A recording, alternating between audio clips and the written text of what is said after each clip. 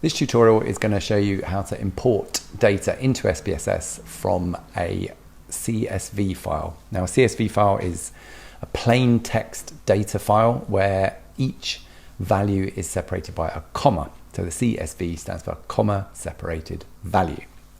It's a really common data format. It's a great data format because it's just plain text, so it generally imports pretty smoothly into any data analysis software you might use. So yeah, very, very, very common. So you might, if you collaborating with someone who doesn't use SPSS, they might send you the data as a CSV file. Here's how to get it into SPSS. So first off, we want to go to the File menu and go to Import Data and then CSV Data. Now we're going to import some data about the rock band Metallica, which is the same data that we input into SPSS in a different tutorial. So there's a bit more detail about the variables and stuff in there. So we're going to select that CSV file and then we're going to click Open. Now what that does is opens up this kind of helper, if you like. And there's two ways that you can import the data. One is using this dialog box and sort of just using a lot of the, I guess, sort of stripped down options. But there's also another way where you can kind of have more control over how you import it. So first of all, we'll do the sort of straightforward version.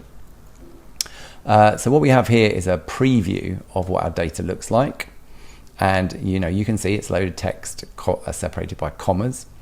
So first off, there's a box here, first line contains variable names. So if your CSV file does indeed have variable names in the first row or the first line, then you should leave this ticked. And that is the case for us. The first line here, name, birth date, death date, those are the column names or variable names. So we'll leave that as it is. We've got options to remove spaces from the start, that's leading, and the end, trailing, from text values. So if we have any variables that are made up of text, what this does is it basically looks to see, has someone accidentally put an extra space at the end of it, and if it has, it will strip it off. They're useful things to tick, I think. The delimiter between values, we've got a CSV file. So the delimiter is like the thing in between values, and it is a comma because we're importing a CSV file. But just be aware there are other text formats where data is separated by semicolons or tabs, so we can use the same dialog box to read text data that use a different separator than a comma. Decimal symbol, we can say, well, do we use a period or a comma? So in mainland Europe, commas are used rather than periods generally. And text qualifier, do we want double quote, single quote, or none?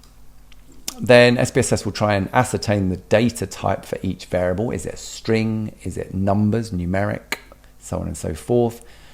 We can change the amount of data it uses to try and ascertain that, but the default is fine.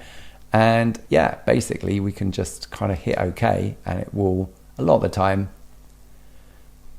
have a decent go at importing the data.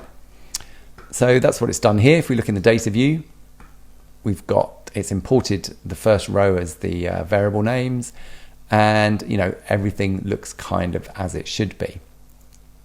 We could, in the variable view, adjust some things. So for example, the death date and birth date, it's imported as strings. It thinks they're strings, but we could tell it that these are dates and tell it the format of the date as well, which is this top one here. So we can just tidy things up a bit by doing that. For the two date variables, instrument isn't a string variable. Instrument's actually what's known as a factor. So we would have to do some work to convert those strings into factors if we wanted to. And yeah, songs written, net worth, and albums have been imported as numeric, which is correct. But it's treating them as nominal, and these are scale variables, so we could shift those around as well.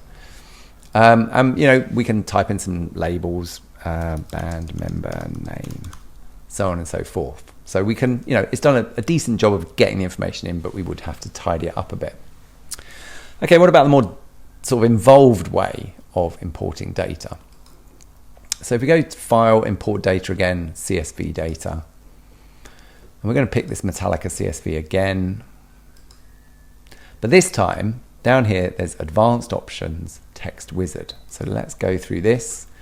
Basically it starts off giving us a sort of an overview. So it's using the first line as names of the variables, and then it's showing us what we've got.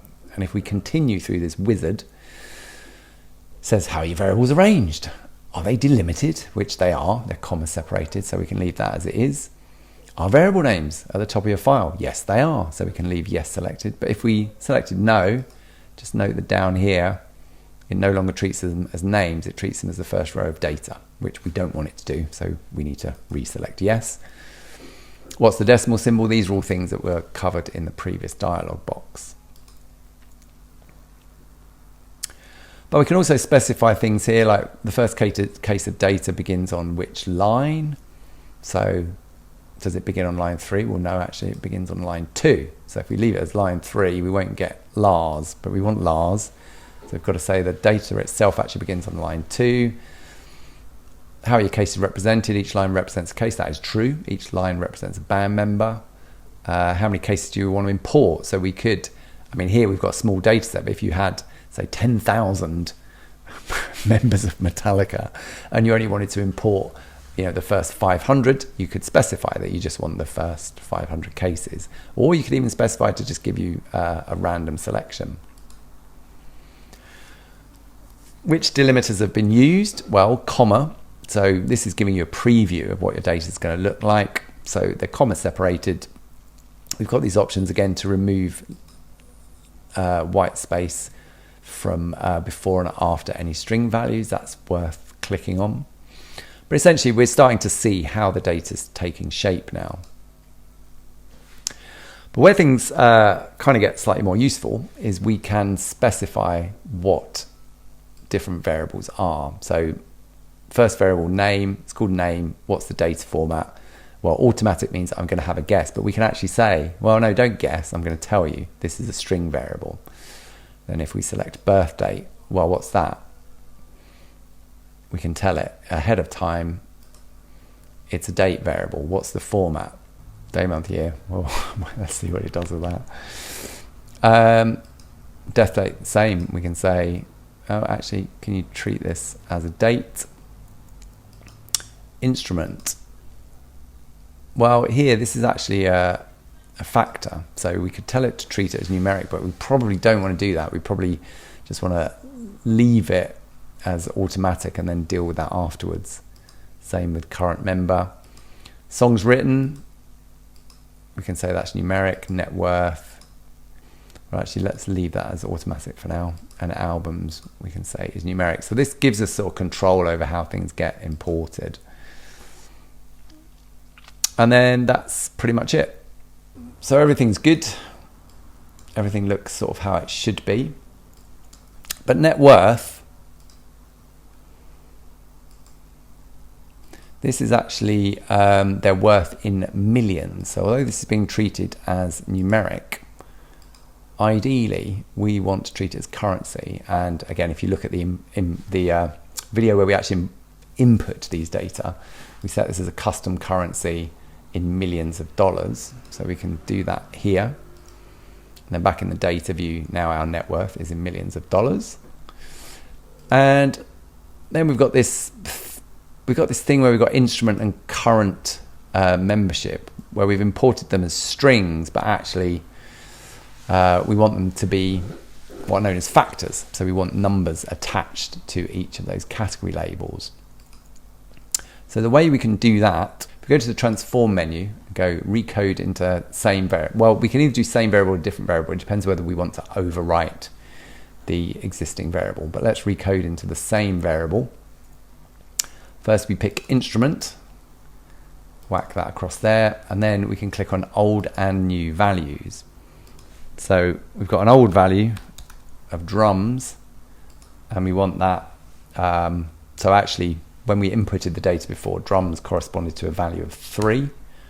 So put 3 there and click on add. The word guitar, we want to correspond to a value of 1. And bass, we decided when in a previous video that was going to be represented by a value of 2. So basically we're specifying a sort of mapping here. Click on continue and then OK. Now what you see if we go to the data view is under instrument, we now have numbers rather than text. So back here we can change this from, it's no longer a string variable, it's numeric. And then we would have to use the value labels like we did in the entering data video to specify that 1 is equal to guitar, 2 is equal to bass, and 3 is equal to drums. So now in the data view, instrument is guitar, bass and drums, but there are kind of numeric codes behind it. And essentially you'd repeat that process with current member. In plain text format, factors don't exist, so this idea of sort of having numbers with labels attached to them isn't something that you can store in a CSV file. But anyway, that's the gist of it. Hopefully that will get you started.